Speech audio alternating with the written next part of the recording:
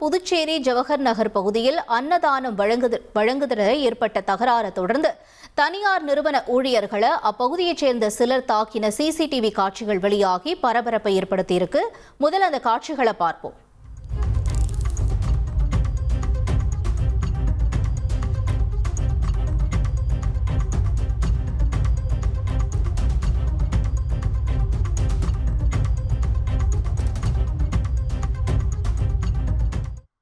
புதுச்சேரி ஜவஹர் நகர் பகுதியைச் சேர்ந்தவர் சதீஷ்குமார் தன்னோட நிறுவனம் மூலம் சிவராத்திரி அன்னைக்கு அன்னதானம் வழங்கியிருக்காரு.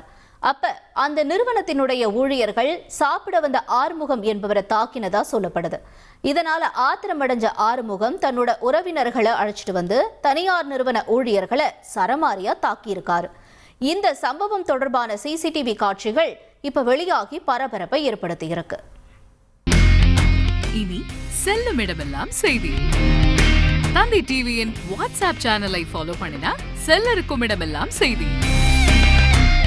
இதோ QR கோட் இப்பவே ஸ்கேன் பண்ணுங்க, ஃபாலோ பண்ணுங்க.